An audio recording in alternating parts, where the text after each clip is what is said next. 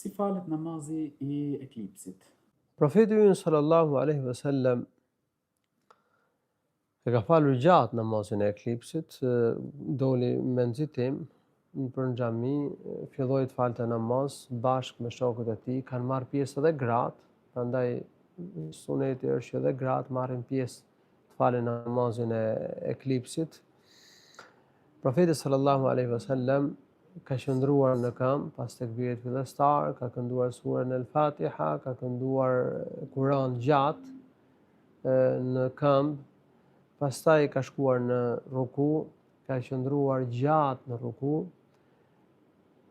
pothuajse aq sa ka qëndruar në këmbë, pastaj është çuar nga rukuja, ka thënë Semi Allahu limen hamidah, Rabbena wa lakal hamd, edhe ka filluar këndimin. Profeti sallallahu Semi Allahu limen hamidah përmend hadith, por dietar kanë shpjeguar që thuhet edhe Rabbena wa lakal hamd.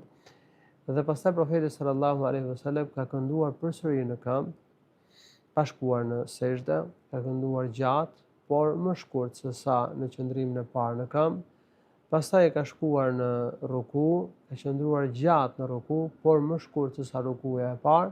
Pastaj është çuar nga rukuja, duke thënë Semi Allahu limen hamidah, ka thënë Rabbena wa lakal hamd, dhe pastaj ka shkuar në sejdë, ka qëndruar gjatë dhe në sejdë, i ka bërë 2 sejdë, është çuar në këmbë dhe e ka falur rekatin e dytë ashtu sikur se rekati i parë, por rekatin e dytë e ka bërë, domethënë më shkurt se sa rekatin e parë, ka bërë gjithsej 2 rekate, çdo rekat me nga 2 ruku dhe me nga 2 sejdë. Pra gjithsej 4 ruku dhe 4 sejdë.